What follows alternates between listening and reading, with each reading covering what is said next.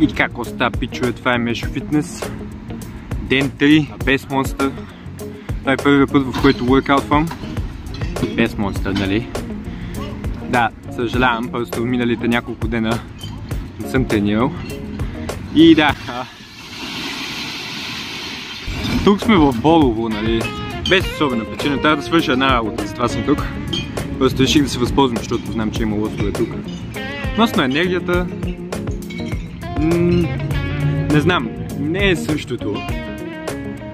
Чувствам се, нали, малко по-така, не е енергизиран, малко по-малко сила, някакви такива неща. Може би, защото е рано сутрин, не съм ял. Както и да е, ще седя още малко тук. Окей. Да, наслаждайте се на този мини монтаж сега.